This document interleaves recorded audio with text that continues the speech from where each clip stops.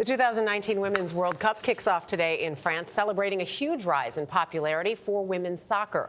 Organizers expect to attract 1 billion TV viewers around the world. That's 25% more than the 2015 tournament won by Team USA. Roxana Saberi is in Paris, where the opening ceremony begins in a few hours. Roxana, we mentioned the TV audience. Do they expect a big crowd there as well?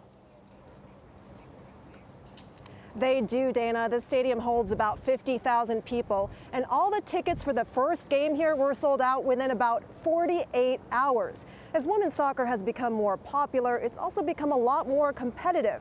But players on the U.S. team told us they're ready. They're heading here today from England, where they've been focused on the field. 15 miles from the heart of London, America's top female soccer players tuck themselves away for 10 days to train and come together as a team. We all want to obviously go on and hopefully win this World Cup, but here training, it's about just bringing out the best in ourselves.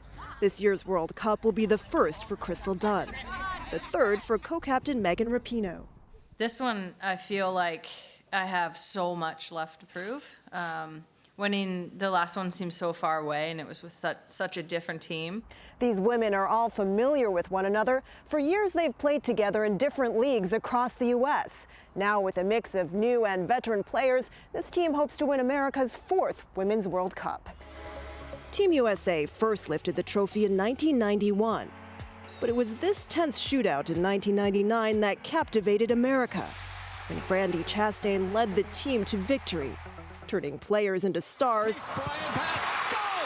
and skeptics into supporters.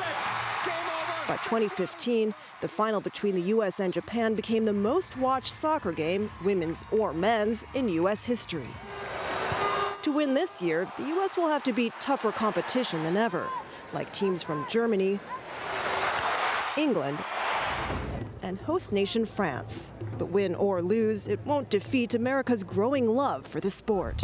An estimated 2 million girls across the United States now play. High school senior Julia Dole trains at a soccer academy in New York. If I'll be in the next Women's World Cup, that's my dream. The people playing at this World Cup, they're all inspirations because they've pushed the sports in ways that we can't even imagine.